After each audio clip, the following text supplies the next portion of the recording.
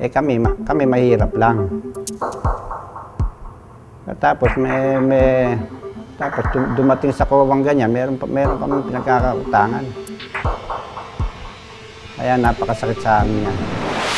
Yung last time pa ako nagkautang at pinipirma ako, nakakalungkot naman.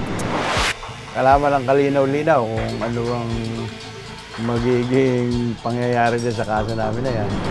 Gusto ko bago ako, hindi mo maiwasan talaga, bago ako mamatay, malinis yung pangalan pati ng mga anak ko.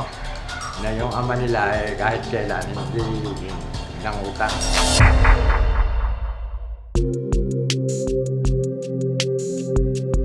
Apat lang sila sa mahigit 50 dating kapitan ng San Rafael, Bulacan na sinisingil ng Commission on Audit.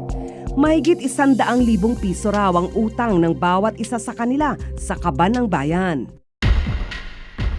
Agosto noong nakaraang taon nang makatanggap sila ng sulat mula sa COA.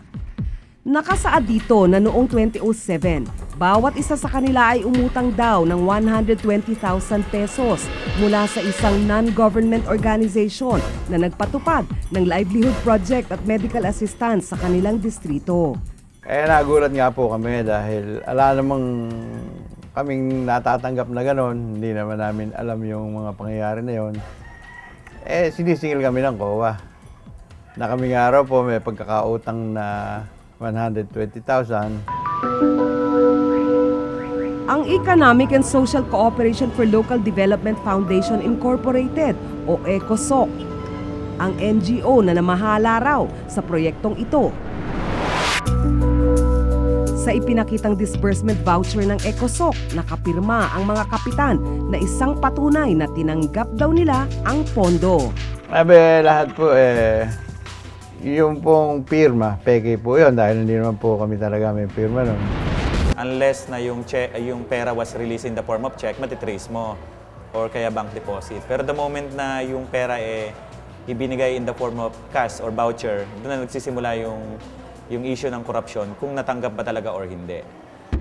Pinag-uusapan namin ito, nakukuha nila yung Tingnan niyo yung pirma ko. Pirma ko. Ito yung pineke nila, haba. Hindi man lang hinanap yung pirma ko kung ano't para gayahin nila. Isang tao pumirma.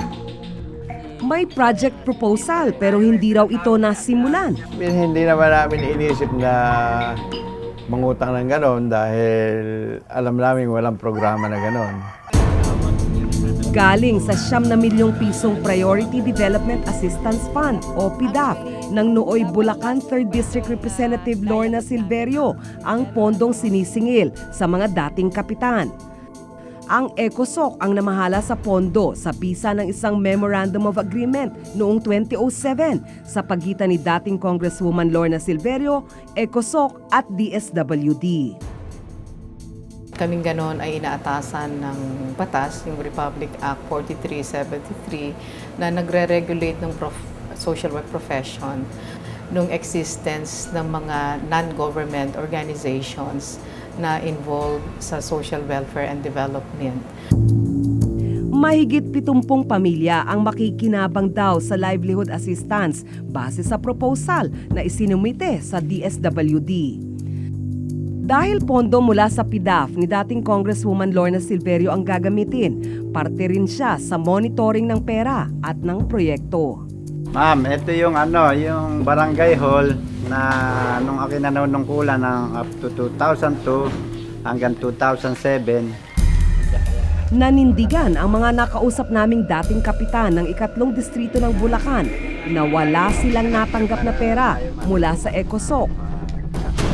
4 sa kanila ang nagsampa ng magkakahiwalay na reklamo sa Ombudsman Enero nitong taon laban sa dating Congresswoman Silverio at sa mga opisyal ng ECOSOC. Kami nag-usap-usap na 4. Meron nag-alok naman kaibigan namin ng attorney. Yun ang nag-file. Yung aming kaso sa Ombudsman. Ilan sa mga kasong isinampa ay ang falsification of public documents na isang paglabag sa revised penal code dahil sa pamemeke ng pirma ng mga dating kapitan. Kabilang din ang grave misconduct and serious dishonesty. Sinubukan naming kunin ang panig ni dating Congresswoman at ngayon San Rafael Mayor Lorna Silverio pero tumanggi siyang magbigay ng pahayag.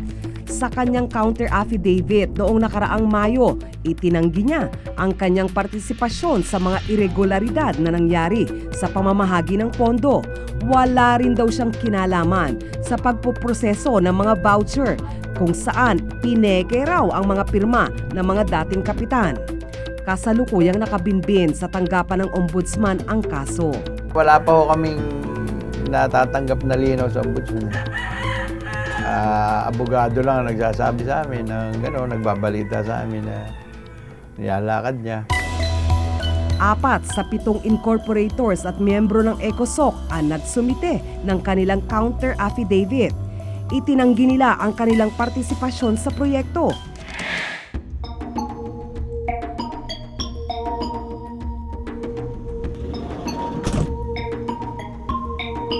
Tatanong ko lang po sana kung dito nakatira si Sir Roberto Solon. Roberto Solon. Wala pong nakatirang ganun dito. Ang executive director ng ECOSOC na si Roberto Solon na siyang nakapirma sa mga vouchers na isinumite sa COA, wala na raw sa dati nilang tirahan. Sinadya din namin ang address ng iba pang opisyal ng ECOSOC. 2 sa kanila ang tumangging magbigay ng pahayag. Ang iba, hindi namin natagpuan. Ay, magandang hapon po. Itatanong ko lang po, dito po ba nakatira si Sir Nilo Gionson? Hinahanap lang po namin. May tatanong po sana. Saan na nga ba napunta ang milyong halaga? It remains to be seen talaga kung ano yung purpose ng grant at kung dapat ibalik siya. Pero hinahanap na ng COA yung pera sa barangay, meaning may obligation to return the money. So, without the missing link na NGO, mahirapan mong i-trace sino talaga yung humawak ng pera. So, ang dapat maimbestigahan dyan, yung NGO mismo na involved. Sa report ng Philippine Center for Investigative Journalism o PCIJ, 6 sa bawat 10 mambabatas ang ipinapasa sa NGOs ang kanilang pork barrel. Dagdag pa sa ulat, sa mahigit 200 NGO na may unliquidated cash advances mula sa pork barrel, hindi bababa sa 6 ang may kaanak na mga kongresistang nagbigay ng pondo. Sa nakaraang dekada, umaabot sa 770 million pesos ang halagang hindi na ililiquidate mula sa pork barrel na ibinibigay sa mga NGO. Actually, madalas kasi yung mga NGO ginagawa, nagpo-form lang yan, temporary, to address one project. Magtatayo ka ng NGO ngayon, gagamitin mo sa project bukas. After that, hindi na siya magpe-perform. Patuloy na umaasa ang mga kapitan ng Barangay San Rafael na magkakaroon ng linaw ang kanilang ipinaglalaban. Masakit po. 10 taon akong naging ng tama, maayos. Tapos di tapos natin kasi problema pa ako. Kautang pa ako, hindi ko alam. Gusto lang po namin lumitaw ang katotohanan kung sino may gawa niyan para malinis yung aming pangalan.